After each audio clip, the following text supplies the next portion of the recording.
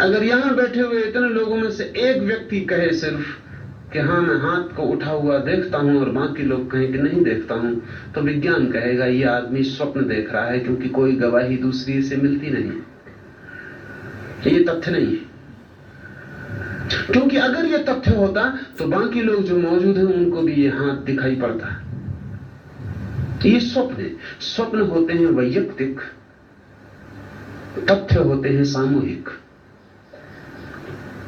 समूह आपके घर में रखी टेबल को भी लोग देख पाते हैं।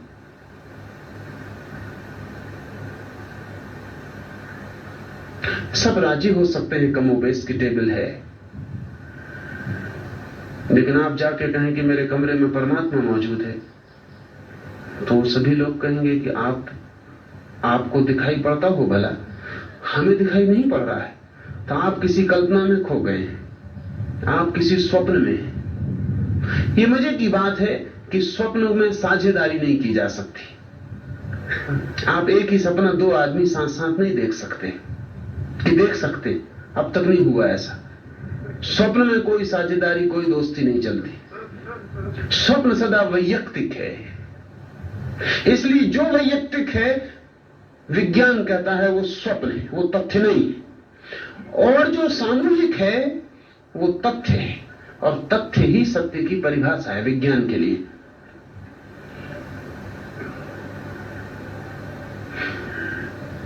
उपनिषद को इससे कोई ऐतराज नहीं है, पूर्वी मनीषा को इससे कोई ऐतराज नहीं कि तथ्य सत्य है, लेकिन पूर्वी मनीषा एक और गहन सवाल उठाती है और विज्ञान दिक्कत में पड़ जाता है। पूर्वी मनीषा ये कहती है कि माना कि समूह के सामने वस्तुगत रूप से ऑब्जेक्टिवली जो मौजूद है वो सत्य है, लेकिन जो आज मौजूद है वो कल गैर मौजूद हो जाता, और जो कल गैर मौजूद था वो आज मौजूद हो जाता। तो पूर्वी मनीषा ये कहती है कि हम सत्य तो उसको कहते हैं जो कभी गैर मौजूद नहीं होता। ऐसा नहीं कि आज है और कल नहीं हो गया, जो सदा ही है, हम सिर्फ उसी को सत्य कहते हैं, बाकी को हम तथ्य कहते हैं। तो पूर्वी मनीषा तीन हिस्से करती है। स्वप्न उसे कहती है जो व्यक्ति की निजी कल्पना है, तथ्य उसे कहती है जो समूह का अनुभव है, और सत्य उसे कहती है जो शाश्वत की व्यवस्था है, जो सदा है। क्योंकि जो कल तथ्य था वो आज तथ्य नहीं है। कल आप जवान थे और सभी ने गवाही दी थी कि आप जवान, और आज आप जवान नहीं। सत्य का क्या हुआ? और अगर सत्य भी ऐसा बदल जाता है 10 साल में, तो रात भर जो सपना चला और 10 घंटे बाद बदल गया, उसमें और इसमें जो फर्क है वो केवल समय की अवधि का ही तो हुआ। एक आदमी सपने में सम्राट था, रात 8 घंटे सम्राट रहा, सुबह होकर फिर वापस भिखारी हो गया। तो 8 घंटे तो वो सम्राट था।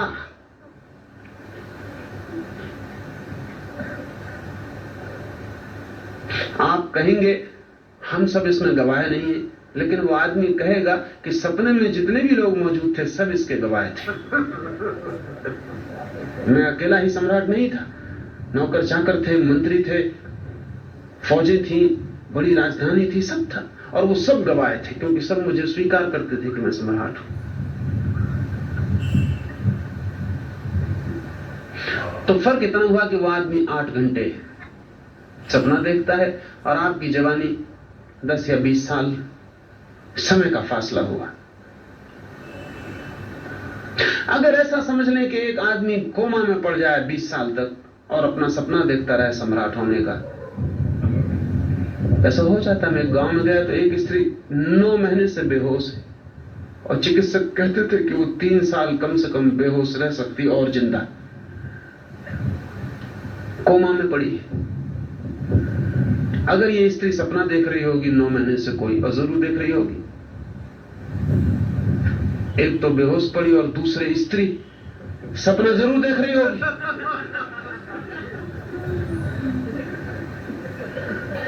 तो 9 महीने में ऐसे कोई भी तो उपाय नहीं